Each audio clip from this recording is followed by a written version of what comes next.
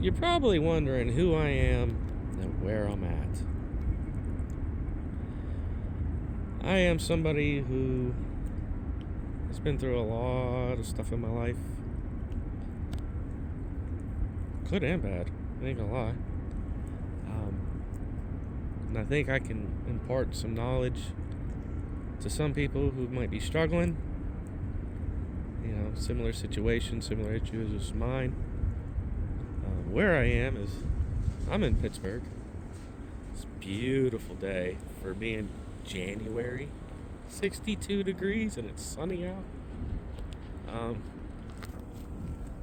Near the good old Western Penitentiary. Talk about that a little bit later.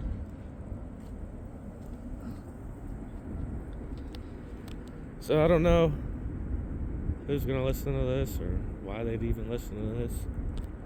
For a while I thought about doing a video, and as times changed in my life, I kept, thinking about it, good and bad, and kept putting it off, and then times changed again, and not exactly the situation I want to share with everybody at the time, and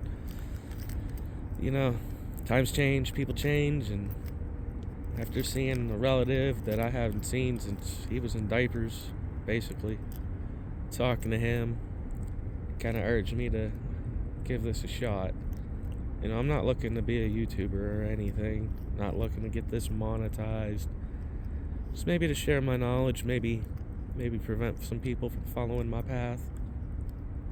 Tell you, this is really hard. Shout out to all you YouTubers out there that do this on a daily basis, trying to have a camera, recording everything for it to be perfect. You guys go through a lot of work, and now that I'm doing this with no equipment, sorry if it's windy, don't have a mic, don't have a dead cat, whatever that thing's called.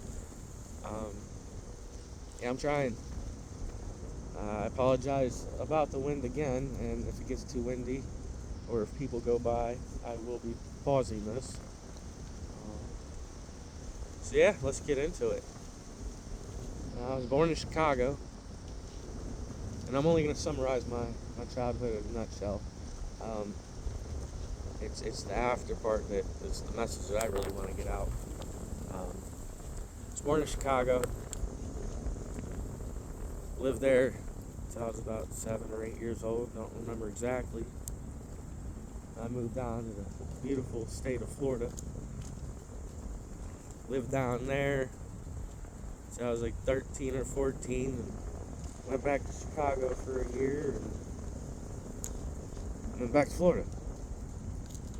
And you would think, man, living down there, you should stay down there. Why are you in Pittsburgh? Oh, hold on. Sorry about that. Had people coming by, and I paused it. So, you're probably wondering, what am I doing in Pittsburgh? Well, when I was 18, I made some poor choices. One of those choices included moving to Pennsylvania. Wasn't a great choice. I mean, I can't completely blame it on Pennsylvania, because it's not Pennsylvania's fault that I'm here. Just due to my poor choices as 18-year-old dummy. Wow, it's really getting windy. I apologize, people. I really do. So yeah, 18, made some dumb choices, further dumb choices. Ended up in the Who's Gal for a little while. That's why I said we'll talk about this one later. I was there for a little bit. Closed now. Second prison built in Pennsylvania. Real big one. Historical landmark. Anyhow, so yeah, I went to the Who's Gal for 10 years. Good bit of time. I did pretty good at beating the statistics when I got out. I wasn't a criminal, I just made some poor choices. Met a lot of criminals. Both inside and out. Both wearing uniforms of guards and inmates. That's neither here nor there.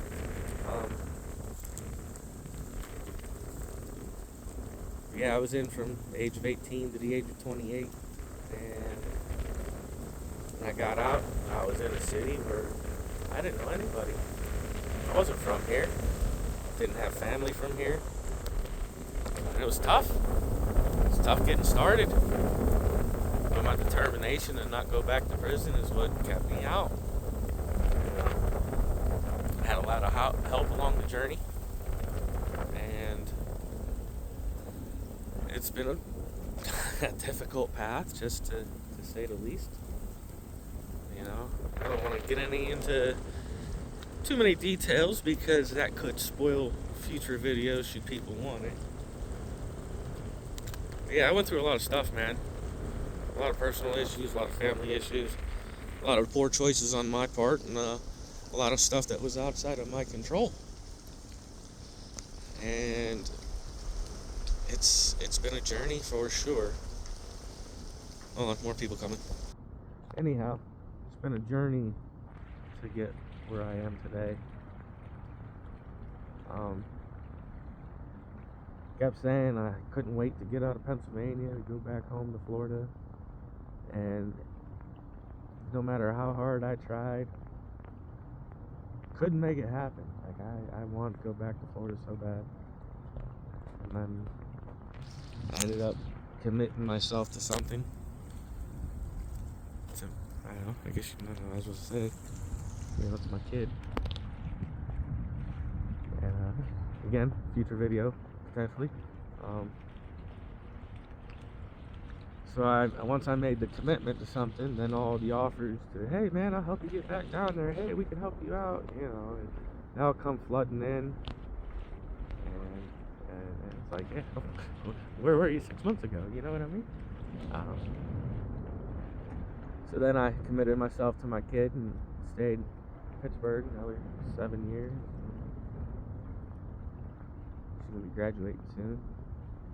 I'm so proud of her. She got accepted to every college she applied to, man.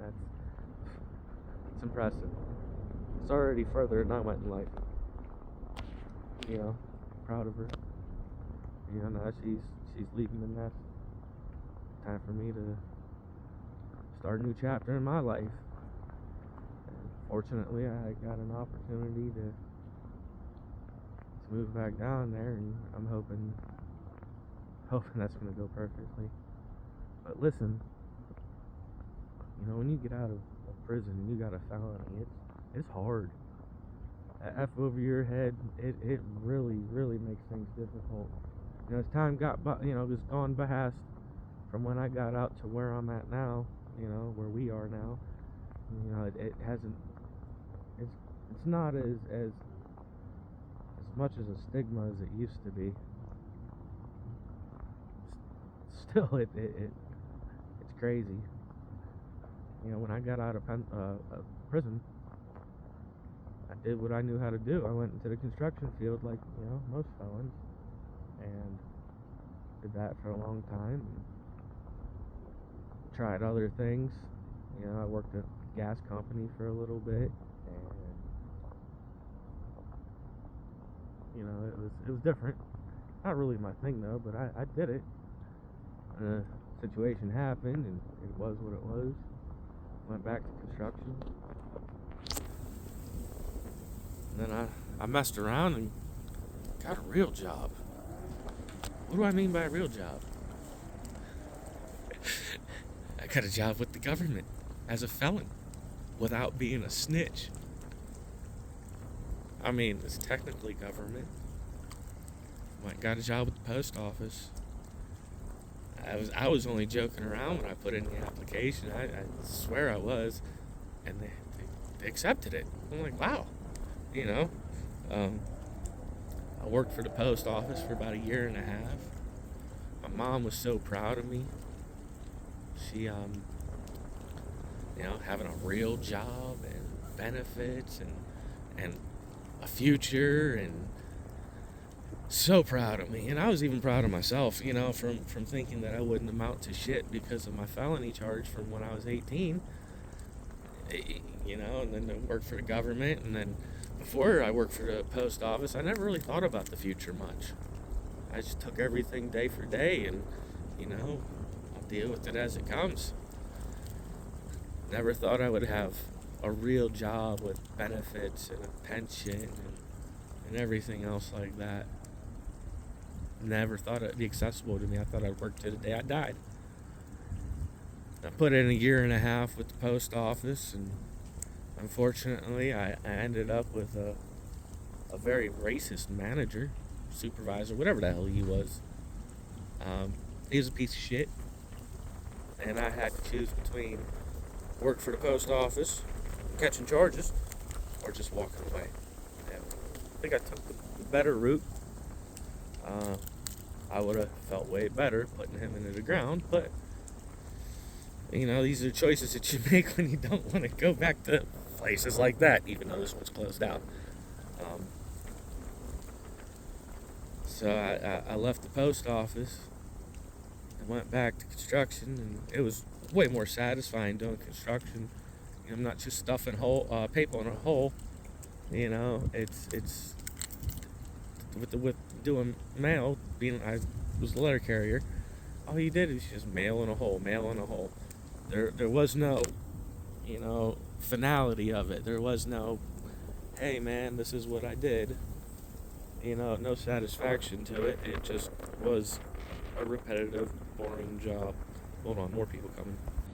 Alright, so yeah, working at the post office, it just, there was no satisfaction in it, I'm a craftsman. I do fine work and take a lot of pride in my work, things that I build, and it's just, the only thing you could really have pride in is being on time and not putting the mail in the wrong hole, I guess. I don't know.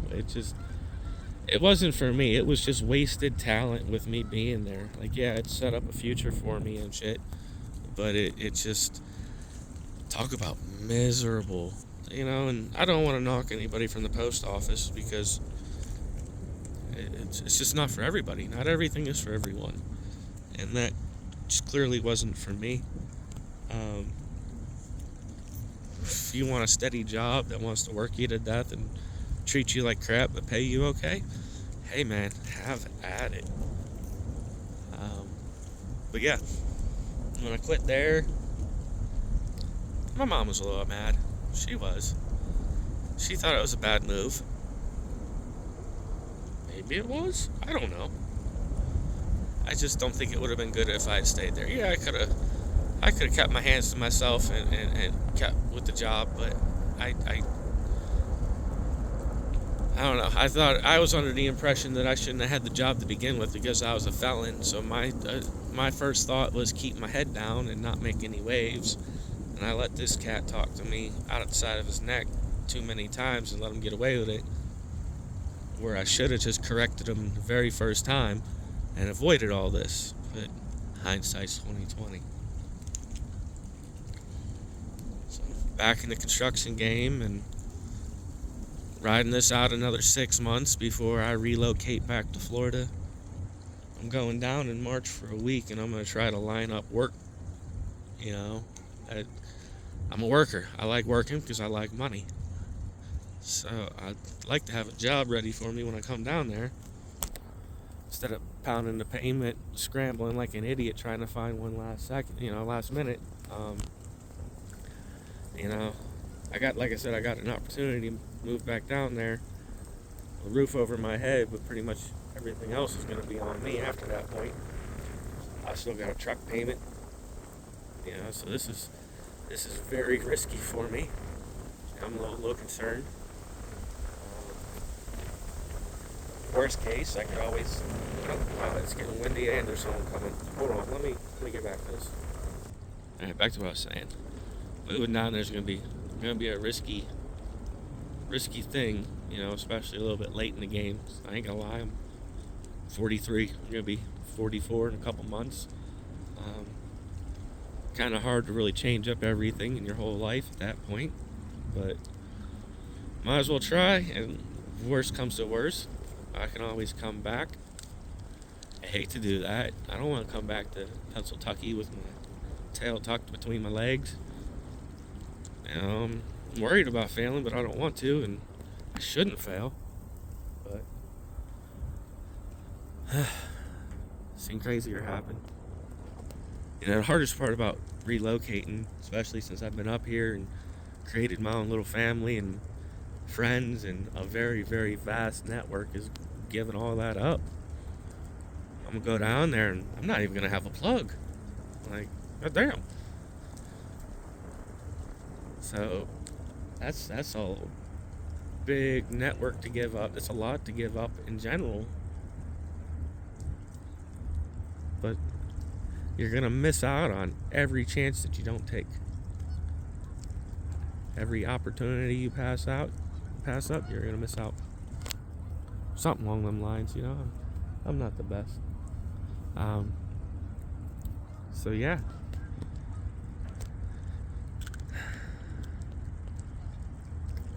Yeah, it's hard to take on for me. Even still, hard for me to believe that it's actually gonna happen finally.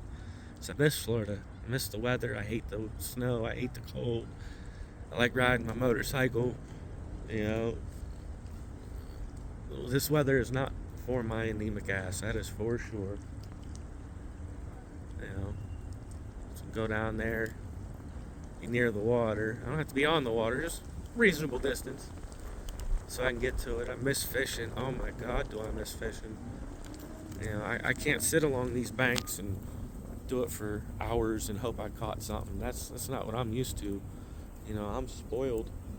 I grew up in South Florida and I did real fishing, man, and yeah, I can't wait to do it again. I know it's changed, but still, it's gonna be better than this. But so my advice to people is that no matter your past, there's still hope as long as you keep slugging it out. Never thought I'd have a job with the government. Never thought I'd have a real job, as people call it. You know, and I got it. It wasn't for me, but I got it. And if you're a felon, you can get it too. You know, obviously it's a case-by-case situation, and my felony was many years old, and you know, wasn't nothing crazy. If you guys want to hear more about my childhood, let me know. I could do another video on that. Shenanigans throughout life, experiences in prison. Sure, you know. I mean, ain't the greatest stories, but you know, it's some learning lessons in a lot of them. Just let me know. You know, like I said, I'm not trying to be a YouTuber, but it'd be nice to get my story out there. You know, from a shit-tastic family to poor choices and still redeeming myself, I think. You know, being a contributing member to society and not being a criminal, not doing the life on the installment plan, as they call it. You know, I'm not the smartest person. I don't speak the best. My vocabulary isn't the greatest. I do curse a lot, but I'm really trying to keep that to a minimum. So this is kind of family friendly, I guess. I don't know. I think my story should get out there somehow. That it's not the end of the world once you fuck up. That you can still have a decent life, whether it's working a real job or, you know, a construction job, a blue collar job, you know, whatever you want to call it. Get some funny stories. Also, I'm not here to bash anybody. I'm not here to bash my parents. I'm not here to place blame. I mean, I can hand out a lot of credit, but I can't. I got to take a lot of it because a lot of it was my own choices. Now, you can only use, well, I was a kid, but for so long, you know. But having a felony isn't the end of the world. You can still do stuff with your life. You can still make good money. You can still make good financial choices. You can stay out of the system once you've been through it. I'm proof of that. You don't have to be a statistic. You can get over that. I've beaten almost everything. Almost everything. you know, there's still a few hard times or a few hard things, I should say, I struggle with in my personal life. Not so much crime, but just prison habits and such. You know, it's difficult when you do 10 years, then you gotta change everything. Oh, didn't hear them coming. But yeah, it's been a wild ride for me, and in 6 months I'm gonna be starting a new chapter, going from Pennsylvania to Florida. I think that's gonna be, I'm hoping it's gonna be a great thing. I know weather-wise it will be. So yeah, there's what I have to impart at this time. My words of wisdom, I guess you could say. You know, life isn't over after a felony, as many people have proven, not just me. And if you want to hear more about my story, just, I guess, hit that like or subscribe. Leave a comment, I guess. This is my first real YouTube video. Like, I have one other on this channel that I'm not going to remove, and I collect diecast, 1/18 scale diecast. Started collecting them as a kid, and then restarted my collection, and got tired of just collecting them, started customizing them, and got a bunch of customs that I've built over the years, and I was kind of going to make this channel about that, just showing my diecast, but I don't know how many people really want to see that. Like, pretty much all the people that want to see that I know of are all in Facebook groups. I don't know what the barges that are doing. But this is just incidental. Didn't know where else to film this at. I didn't want the camera on me. Didn't want to just have it random stuff, so I figured come down here. It's a nice view, a little bit of activity. Train bridges over there, but yeah. I always wanted to find out what this place was across the river. Get over into it to explore. I wanted to do a lot of exploring, but I didn't want to go alone. That's how you end up dead. Don't really know any explorers here, and yeah. So yeah, if you want to know more about my childhood and shit I've been through, or prison, shit I've been through, working at the post office, or diecast, you know, like, let me know. Share what I know. Oh yeah, in diecast I do a lot of lowrider builds, a lot of big truck, slam truck, stretch semis, stuff like that, some drag cars. I don't know, just what I like. So yeah, y'all have a great one. Thank you for listening if you made it this far. I look forward to sharing more. I just, I'm not going to do it if nobody wants to hear it. So y'all be safe out there and enjoy each day for what it's worth, and make sure you let the people you love know that you love them. All right, peoples, take care.